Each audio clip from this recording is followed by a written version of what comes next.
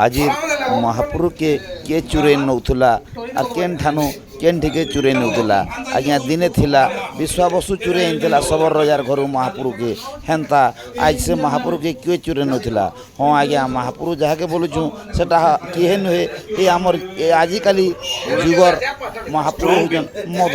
मद पाइले मनुष्य सबके भूली जासी आज्ञा भगवान के पाइले भक्त जनता औषध हेसी आजकल लोग मद के पाइले हेन्ता औषध हेसन और से भगवान के किए चुरे नौला केन ठानु चुरे नौला केन्ता कर नौला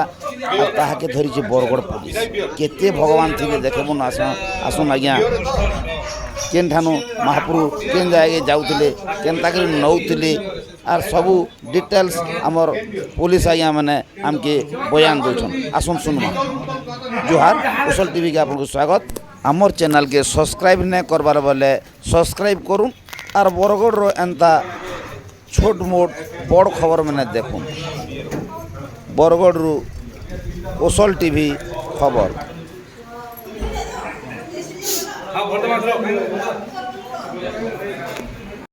गत काली संध्यारे आईआईसी टाउन पीएस गोटे इनफर्मेशन पाइले जे तांको सोर्स रु गोटे बोलेरो रे किछि मद कृषक बजार पाखे लोड होकर अच्छी आटा नुआ साही जाऊँगी ये खबर पाइला परे से इमिडिएटली एसपी की जनइले आउ एसपी निर्देश क्रमे गोटे टीम कराला आईआईसी निजे एसआई सुशांत साहू एएसआई प्रधान एएसआई हुताऊ आम टाउन थानार एमाने मिसिकी गले से जगह कृषक बजार को गले गला बेलू जहाँ इनफर्मेशन पाई से अनुसार से गोटे बोलेरो थिला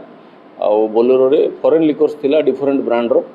से बोलेरो दु जन थिले से दु जन को पचारा परे से माने से जो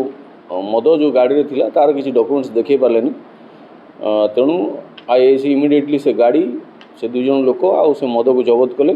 एवं सेठी आ जन मोटरसाइकिल थिला तांकर एसोसिएट एस्कॉर्ट करूला जे ताको मध्ये अप्रेहेंड कले से तीन जन भटली छक देखिए नुआसाही जीवार योजना करुले नुआसाही से गोटे दुकान अच्छी से बिके बोलिकी से दुकान को जाकर रेड कराला और से गोटे फ्रिजटे जबत कराई यही कनेक्शन ने 305 डेटेड 5/5/2024 अंडर सेक्शन 52A दि ओडिशा एक्साइज एक्ट गोटे केस है टाउन थाना से तीन जन गिरफ होती आज से फरवर्ड होती ये टोटाल जो डिफरेंट ब्रांडर अच्छी मद 45 कार्टून्स अच्छी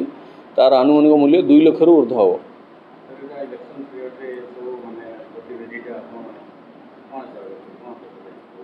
नहीं तार तो आम तो फ्रिक्वेंट रेड करुचु जो जगह जो जगार इलीगल मद ट्रांजैक्शन होची से जगह धरिया चेष्टा करुचु एटा कंटिन्यू करिवो इलेक्शन पाई तो पुलिस पूरा सजग अच्छी विभिन्न जगह आमर नाका लगी किंतु आम अलर्ट अच्छु जो भी खबर पाइबू एमती इलीगल ट्रांजैक्शन होची निश्चय से पुलिस एक्शन करिवो।